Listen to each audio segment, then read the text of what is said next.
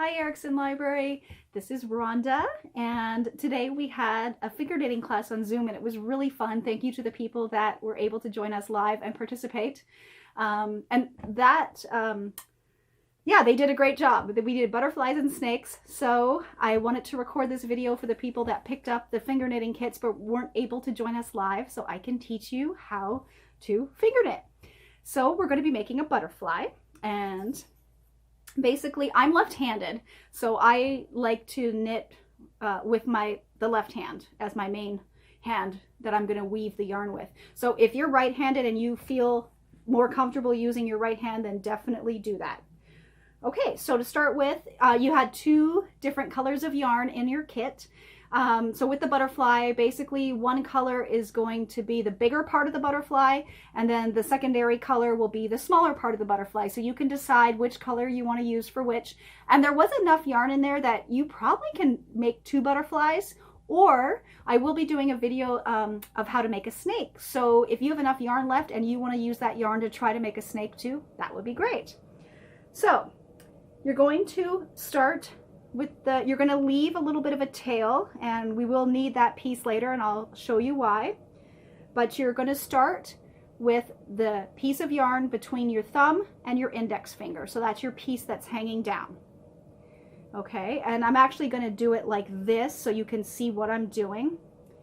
But basically you're going to start with the yarn behind your index finger and you're going to weave it over top of your middle finger, behind your fourth finger, and in front of your pinky finger. So it looks like that. And then we're going to do the same thing but the opposite direction. So now you're going to go in behind your pinky, in front of your fourth finger, behind your middle finger, and on top of your index finger. So basically you should have one loop on each finger. We're going to do that again. And we're going to, I believe, do that two more times. We're going to end up with two loops on each finger. So that's how we know we've done it enough times. So right now the yarn should be on the left side of your index finger hanging down. So we're going to bring it in behind, over top of your middle finger, in behind your fourth finger, and over top of your pinky finger. And do that again the opposite direction. And that should give you two loops on each finger. So they should look like that. Okay, so to finger knit, you always need to have the two loops. And what we're going to do is we're going to take the bottom loop. You're going to start at your pinky finger, take the bottom loop and lift it on top and over the first loop. So that's your first stitch. So now you're going to keep going along until you get to the finger beside your thumb. So again, bottom loop, over top, up and over. Bottom loop, over top, up and over. Bottom loop, up and top, up and over. Okay, so now again, we have one loop on each finger. So guess what we're going to do? We're going to do the back and forth weaving so that we get two loops on each finger again. So the yarn should be hanging down. This is what it's going to look like on the back, if you can see that. Okay, and your yarn is hanging down your index finger. So you're going to take that yarn in behind and over top of your middle finger, back and forth, weave it back and forth, and do that again. So you end up on top of your index finger again, and we've got two loops on each finger. Can you see that? Two loops on each finger. So to finger knit, you're going to lift that bottom loop up and over, starting with your pinky, up and over with your index finger, up and over with that finger, and up and over. And then I always like to pull it a little bit when I'm done. It just keeps it a tiny bit tighter, but you don't want it too tight, because if you do it too tight, it's going to be really hard to lift it up and over your fingers. So, and we're going to do that one more time, and after you've done about 3 rows, you can take this yarn and leave it down in front, because it can no longer, you basically hold it secure there so that it doesn't unravel. Actually, we've done 2 rows, and see, we can leave it hanging out the front. Okay, so that's what your fingers look like. I'm going to move the camera. There we go. Okay, so this is going to be our third row. And for the butterfly, generally, the bigger part of the butterfly is about 12 to 14 rows. Sorry, 16 to 18 rows. And then the smaller part is 12 to 14 rows. And it really depends how tight or how loose you finger knit. One of our participants today, she was knitting pretty loose. So she only did, I believe, 12 or 13 rows for her bigger piece and then about 10 rows for her second piece. And it depends how big you want your butterfly as well. Okay, so again, the yarn is hanging behind your index finger beside your thumb. You're going to weave it in front of the middle, around and back, and do that again, so you end up with 2 loops. And this is going to be our third row. Up and over, starting with the pinky, up and over, up and over, up and over. All right, so you're going to do that again, like I said, about 14 to 16 rows, depending how big you want your first part of your butterfly. So now that I've done that a few times, and with this video, because it's recorded, you can pause and go back. So I am just going to continue on until I have it big enough for the first part of my butterfly. So about, again, 12 to 14 rows, and I'll catch up with you then, and then I can show you how to cast off for your first piece. All right, so I've done about 16 rows here on the first piece of my butterfly. So I'm going to do one more row just to make sure that you could see exactly how to finger knit. So when you're doing your rows, the yarn should be hanging from the index finger, and I'm going to take it behind the index finger and around the front of your middle finger, weave in behind the fourth finger, in front of the baby finger, in behind your baby finger, in front of your fourth finger, in behind your middle finger, and then in front of your index. So you see I have 2 loops on each finger. I'm going to pull that so that's not in the way. So I've got my 2 loops on each finger. So you start with your pinky finger and you pull that bottom loop on top and over your finger. Bottom loop on top. You kind of bend your fingers to get them up and around. Bottom loop up and over. Bottom loop up and over. Okay, so I have done my full length that I want for my first piece. We're going to end up tying it in a circle. So that's about what it should look like for your first piece. Now I'm going to teach you how to cast off. So to cast off, I'm going to move the loop on my baby finger over to this finger. So we start with this finger, take the loop off, and bend that finger so that I've moved that loop over. So we're going to do like we're finger knitting. So we're going to take the bottom loop up and over. So now I've got 3 loops. And guess what I'm going to do? I'm going to take this loop and move it over to this finger. So up and on to that finger. And then I'm going to do like I'm finger knitting. So up and over. And now then I'm left only with these 2 loops. So I'm going to take the middle finger loop and move it to my index finger. So now I've got 2 loops there. And I'm going to take this one up and over.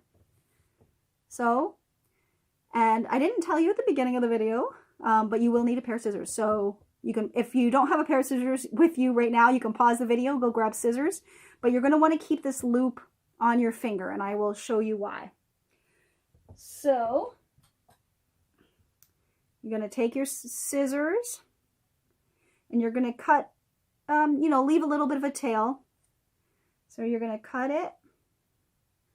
Okay, so now what we're going to do, grab a hold of that end, and it's okay if you let go of the loop now, but what you're going to do is you're going to take that end and put it through the center of your loop. And then you're going to pull it tight, and that's going to make a knot. See? And then that is secure. Okay, so now you've got the full length of the bottom of your butterfly. I'm going to move the camera up a little bit. You can see a little better. Move this up. Okay, so now we're going to get this ready for what we need to do for the butterfly. And then we're going to knit our second piece of our butterfly. And again, the second piece is going to be shorter than this one because, you know, one half of the butterfly is a little bigger than, I believe the bottom half is bigger than the top. So we're going to tie this in a circle. That's why you have these two ends. So, and you're going to want to make a couple of knots to make it secure. So you see that, you tie it. And I'm going to make a second knot. And pull that. And I'm just going to make one more knot just for good luck. Okay, so make that third knot and you know that that is good and secure. And we'll just leave it for now. One of your circles, you're going to leave the strings long and you can decide which one later. So now we're going to make the second part of our butterfly. I'm going to use burgundy yarn for this. It's always nice to use two different colors, you know, because butterflies are very colorful. You can get yarn that's called variegated yarn, which actually the yarn itself is just all different colors and it just goes from one color into the other, and that would make beautiful butterflies. So, and you know, seeing how this looks, you can see how you could easily finger knit a bracelet or a necklace. So all kinds of great ideas, you know, for you or your friends, or maybe for your mom for Mother's Day. Okay, so I'm going to show you, you're going to make your second piece now. So I'm going to go through again how to start your finger knitting. That way, if you need a little reminder, it would help. Okay, so I'm going to put the camera back down a little bit so you can see. Okay, so now I finished my second string of finger knitting. That was a little shorter than the first one I made, and I tied it in a circle like we did that first one. And I'm going to show you two ways to do it. So in your kits, we included a pipe cleaner. So I'm going to show you what you do to use the pipe cleaner as antennae. But I'm also going to show you what you need to do if you want to use the yarn for the antennae. So basically, the two ends that you tied, like where your loop is, you're going to want to use those in the middle. So that way they're not facing the sides or the outside. So we kind of cover those up. And basically you're going to use one of them, you're going to cut short. So if you're using the yarn as the antennae, decide which color you want as the antennae. I'm going to use the darker burgundy for mine today. And I've cut the purple one. You can see I've cut it short after I've tied the knot. So that is going to be in the center, and you're going to kind of squish it down. You're going to squish it. You can kind of see how that's the bottom of the butterfly. And then you're going to want to face the knot the same way so that they're squished like that. I'm going to move the camera down a little bit. And I'm going to use these two ends of the yarn to tie the center. So I'm going to put the pieces of yarn underneath. And I'm going to make sure that my knots aren't showing. Okay, and then I'm going to use the yarn and wrap it around. And then I'm going to tie a knot so I can secure those two pieces. Okay, so you can secure your butterfly, and that kind of becomes the body of your butterfly. And you're going to want to try to make sure that they're kind of equal on both sides. But, you know, they don't have to be, because nothing in nature or human beings are ever perfect, right? So now I'm going to actually flip it over and tie it again the same way on the other side, and that just makes it extra secure. So tie it in the center, but if you're going to use these as antennae, you're going to actually tie it up towards whatever the top of your butterfly is. So I'm going to secure the knot at the top, and I'm going to do a double knot, make it more secure. So if you're using your yarn as the antennae, you can see that. So I'm going to cut the yarn to whatever length I think I want the antennae to be. And you're going to make a couple knots at the top to make it look like the little bulbs at the end of their antennae. So you're going to want it a little bit longer than you actually need the antennae to be. Okay. And then this part's a little tricky, so you might need to get help for this because it takes practice. But you're going to tie a knot near the top with a little bit coming out like that.